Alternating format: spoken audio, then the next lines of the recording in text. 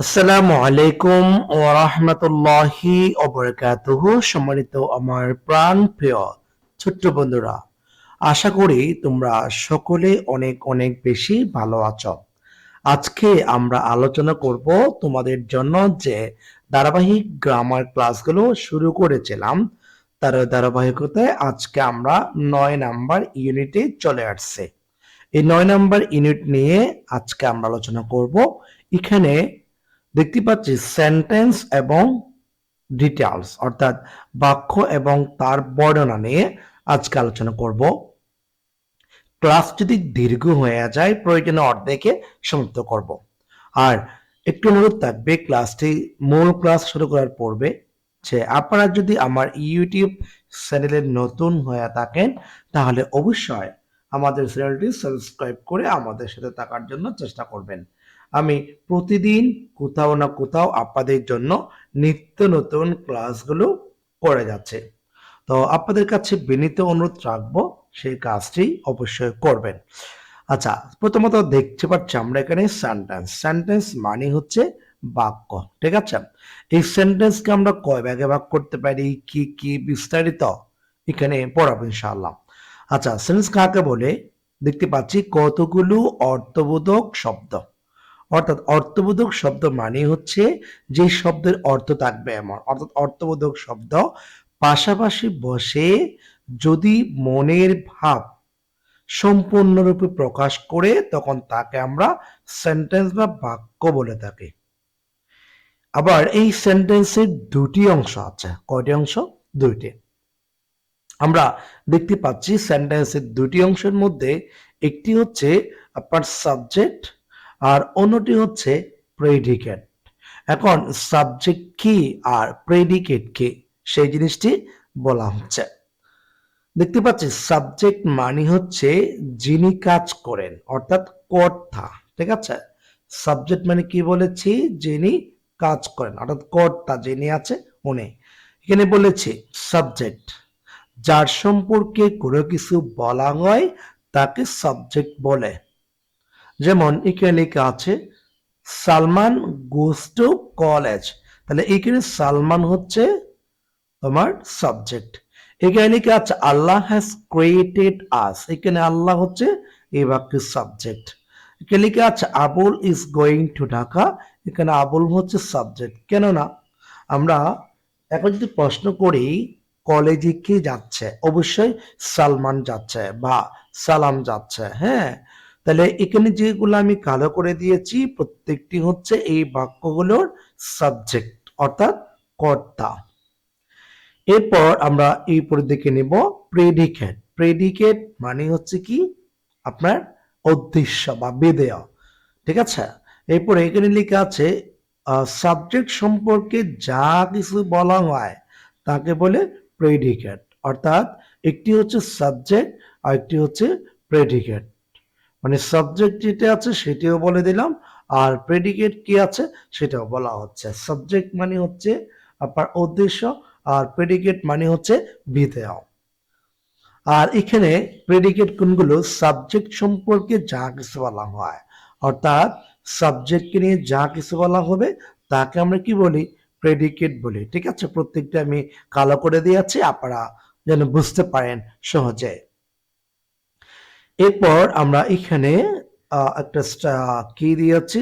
Practice দিয়েছি, যেমন আপনাদের পরীক্ষায় আসতে পারে সেন্টেন্সের সংজ্ঞা দাও, সাবজেক্টের সংজ্ঞা দাও অথবা প্রেডিকেটের সংজ্ঞা দাও।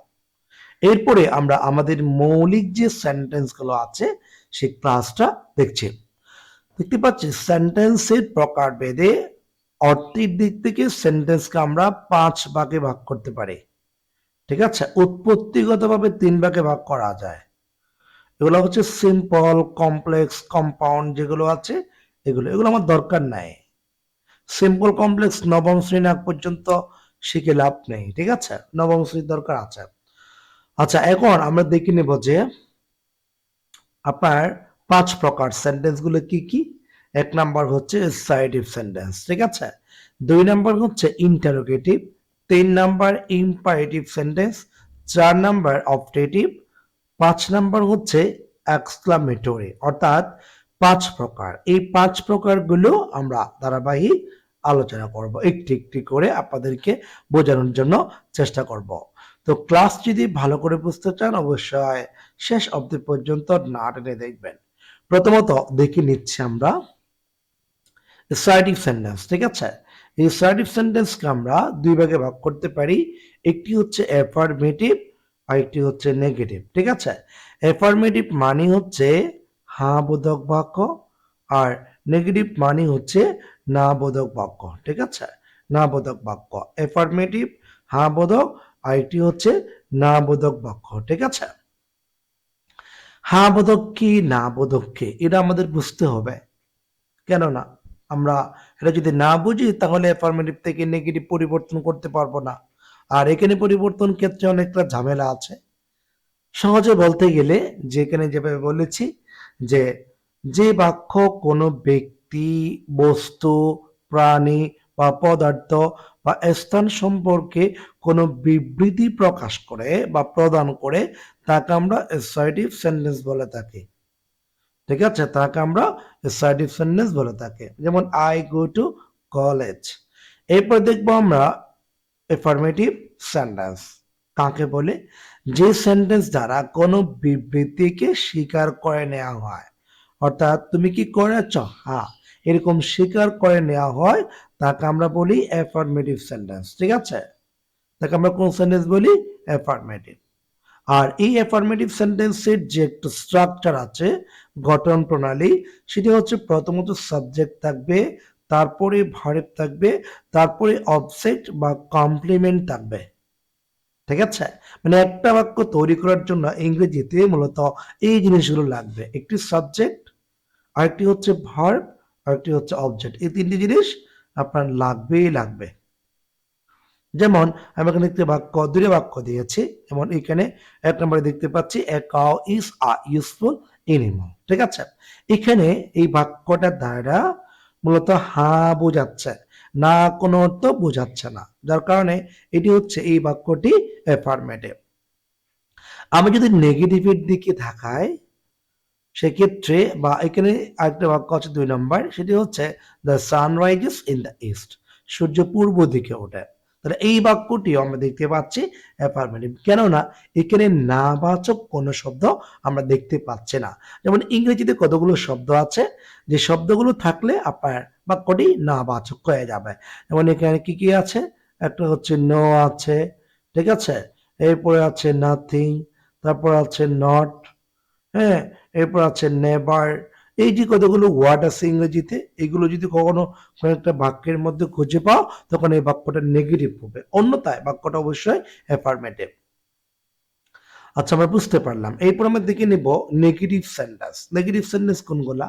যেই সেন্টেন্স দ্বারা কোনো বিবৃতিকে অস্বীকার করে নেওয়া হয়, অর্থাৎ স্বীকার করে না, অস্বীকার করে, মানে সর্বদা না বোঝায় এরকম আর কি। মানে এটা করি না, ওটা খাই না, ওটা যায় না, ওদিকে করি না, বা সবগুলো না বোঝাবে, অস্বীকার করবে, সেটা হচ্ছে নেগেটিভ সেন্টেন্স, ঠিক আছে? তারপর আমরা নেগেটিভ সেন্টেন্সের স্ট্রাকচার দেখছি। এখানে স্ট্রাকচারটা হচ্ছে প্রথমত সাবজেক্ট থাকবে, তারপরে অক্সিলারি ভার্ব থাকবে, এরপরে নট থাকবে। মানে সাবজেক্টের পর যদি অক্সিলারি ভার্ব থাকে এরপর অবশ্যই নট হবে। যদি প্রিন্সিপাল ভার্ব থাকে সেটি ভিন্ন কথা, থাকলে থাকবে, সমস্যা নাই।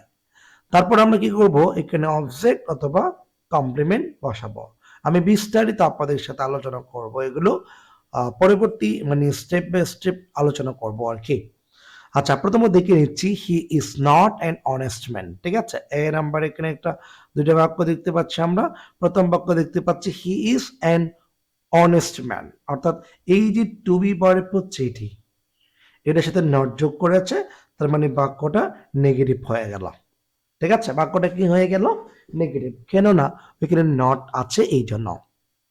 তারপরে আমরা দেখতে পাচ্ছি যে সাবজেক্টের পর এখানে দেখতে পাচ্ছি নট আছে আরেকটি, এই যে ভার্বের সাথে নট আছে, তার মানে এই বাক্যটাও নেগেটিভ, এই বাক্যটাও নেগেটিভ, কেননা সাবজেক্টের পর ভার্বের সাথে আমরা নট দেখতে পেয়ে আছি এই জন্য। আচ্ছা, এরপর আমরা পরবর্তী ইন্টারোগেটিভ সেন্টেন্সে চলে যাচ্ছি। ইন্টারোগেটিভ সেন্টেন্স আবার অনেক পড়া আছে।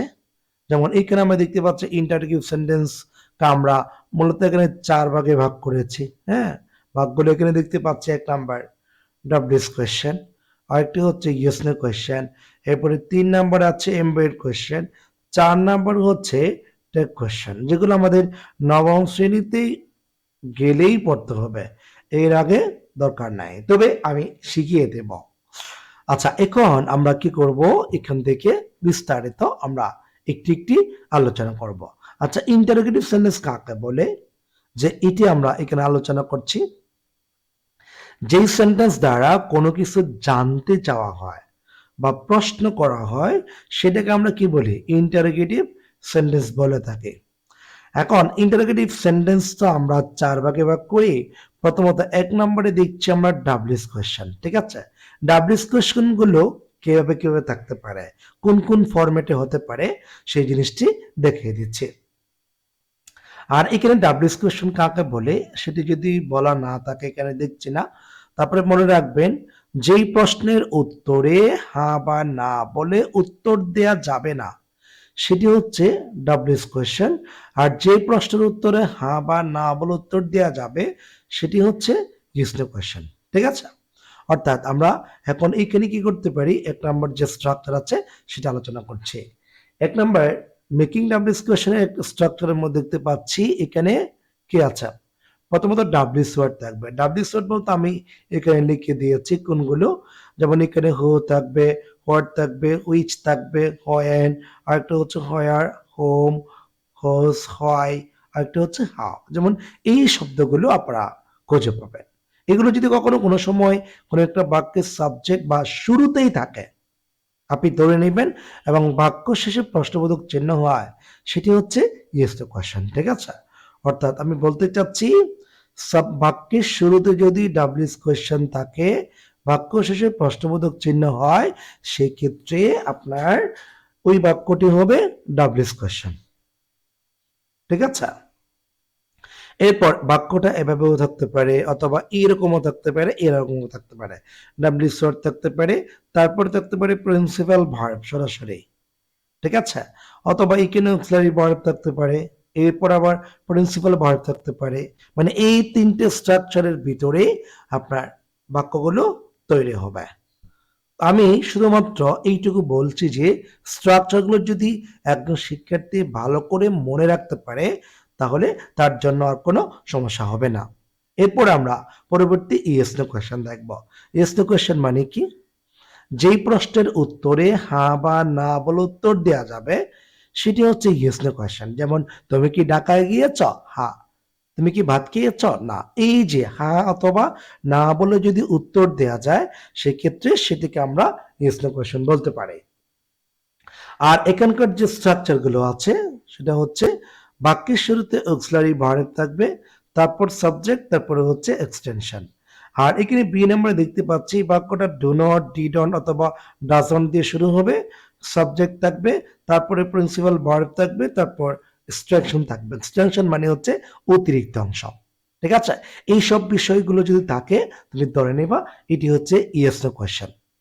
সি নাম্বার একটা আছে একই কথা, এখানে যেভাবে দেখাচ্ছি ব্যবসা করে আমরা বাক্যগুলো মনে রাখবো সহজে। আর এখানে অক্সিলারি ভার্ব বলতে আমরা যে যে ভার্বগুলো বলছি একটু দেখে নেব। যেমন লেখা আছে am, is, are, was, were, shall, should, হ্যাঁ, will, ought, may, might, can, could, এই যেগুলো এখানে 2 ভাগে ভাগ করা যায়। একটা হচ্ছে প্রাইমারি অক্সিলারি, আর কতগুলো হচ্ছে মডাল। মডাল কোনগুলা, প্রাইমারি কোনগুলো, ঠিক আছে, সেটি আমরা ধাপে ধাপে আলোচনা করব। আচ্ছা, এখন আমরা এখানে কতগুলো বাক্য দিয়েছি, বাক্যগুলো আমরা একটু বোঝাই দিচ্ছি আপনাদের।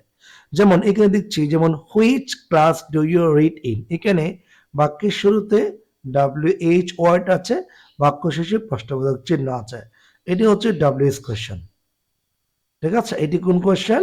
WS question.